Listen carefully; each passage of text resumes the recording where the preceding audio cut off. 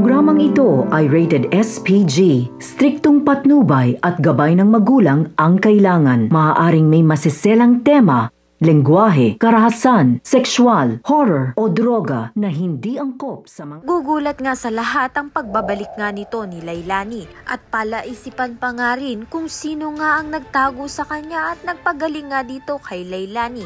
At dito na nga magsisimula ang pagsasabi nga ni Lailani ng mga nalalaman niya nga noon tungkol nga dito kay Divina at sa pagkatao nga nito ni Princess. At masasabi niya na nga ba kaya dito kay Charlene ang katotohanan na si Princess nga ang tunay niyang anak at hindi nga itong si Liberty dahil nga ay pinagpalit nga ni Divina noon ang kanilang mga anak nung nasa kulungan pa nga sila. Sa kabilang banda naman nga pinaghihinalaan na nga ni Raymond dito nga si Divina dahil madalas na nga siyang hindi umuwi.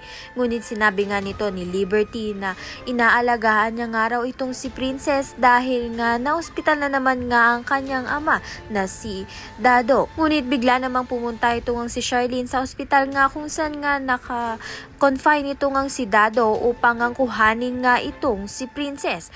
Ngunit nagagawan nga sila nito ni Divina dahil wala naman raw karapatan ito nga si Charlene kay Princess. Dahil nga raw may masamang balak na naman nga itong si Divina sa buhay nga nito ni Princess.